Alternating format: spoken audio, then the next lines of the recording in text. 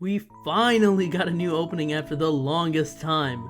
The song is still 123, but this time it's sung by Rika Matsumoto, the voice actor of Ash, as well as Daiki Yamashita, the voice actor of Go. So let's go through this brand new opening to see what's new and what's up.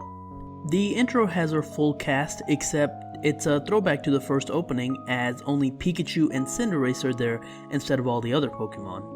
We then get some flashbacks to some of the first shots of the first episode, before we see another few shots of all of Go's captured Pokemon, as well as some shots of locations from the early parts of the anime. This includes Alola where Go and Ash are playing with their Pokemon.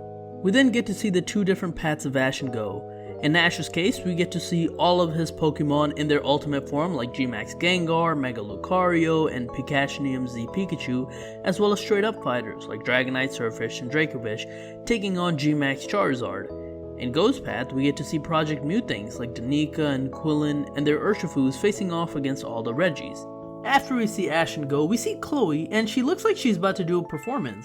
I know people on Twitter have already mentioned it, but the flower that her Eevee is wearing is similar to the flower that Serena's Eevee wore in performances, and her outfit also looks a bit like May's Aura's outfit, which would fit in the episode we have coming about Wallace and Lucia. Of course, Team Rocket is also in the intro, and a surprising addition of Morpeko. It hasn't shown up in the anime for such a long time, so I thought it was gone, so I wonder if this means that it's going to be making its return here now. We also have the Alola gang back, and this time it also includes Gladiator and Lily. I really hope that this means we can get some more continuing story about the Monarch. The fact that there's only about 40 episodes left in this series probably makes me a little bit nervous, but I do hope we get to see it. After this, we get to see a bunch of returning characters. We see Gary, who's probably returning for Project Mew things, Wallace and Lucia for Chloe's arc like I talked about before, Iris, who might be back for the Pokemon World Championships. One of the surprising returns in this opening is Marnie and Piers. The last episode made it seem like it was just going to be a one-off affair, but the fact that they're here in this opening makes me think they will return in the future. And if that's the case, that'll be fascinating because this is a pretty late rival edition for Ash. Clemont and Bonnie, who we knew about a while back since the new opening was teased, but still, it's pretty cool to see. Personally, I don't really care for Bonnie or Clemont as companions, but I know others are excited about them. Paul, which shocked me. I wonder if he's part of the Masters 8. That would honestly make so much sense. Horace, who we'll probably be seeing soon in Project Mew related episodes according to magazine scans. And Greninja. I did not think we would see its return, but wow. Colored me shocked. In the final couple shots, we get to see Mega Lucario versus Leon's Charizard, which also shocked me since I thought that Pikachu was Charizard's rival, not Lucario, but hey, I guess they want to change it is what it is. And the final shot of Ash and Go running towards their goal with their Pokemon. A few things I want to talk about here. First, they never ended up switching off 1, 2, 3, even to the very end, and while I don't really care for it that much, it would have been way more interesting in my opinion to have different songs. Not only does it create for diversities, but it also allows you to distinguish between different parts of the animes with different themes.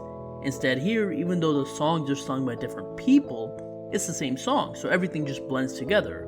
That's really disappointing. I expected some of the returns that we got here, but some of the other ones are ridiculously shocking. Mainly Paul and Greninja. I did expect Iris to show up for one more episodes, probably regarding to do with the World Championships, but wow. I am fascinated to see how all of these people get implemented into the stories because there are some big shoes to live up to. Project Mew had been feeling like it was out of the limelight for so long, so I'm happy to see that in this intro. Not only do we get to see some Ash related stuff, but Go related things specifically for Project Mew, and the fact that some of the characters like Horace and Gary are specifically there for Project Mew makes me hopeful that they have a plan for it. Someone mentioned it on Twitter, but Ash throwing the Pokeball was a throwback to the iconic Iwane scene from the first series, so that's pretty cool. The artwork in this opening was also fantastic. I love the strokes and the thick lines for a lot of the middle scene we got. It really added character to those scenes in my opinion, and I hope we get to see that more often. Overall, that was a pretty good opening. It got me excited for this last leg of the anime, and I can't wait. But anyways, that is my review of opening number 4. Thank you so much for watching. If you like this video, like, share, subscribe in the comments. Let me know your thoughts on this opening. You can follow me on Twitter at TheRealPDGaming, and that's it. I will talk to you guys later. Peace.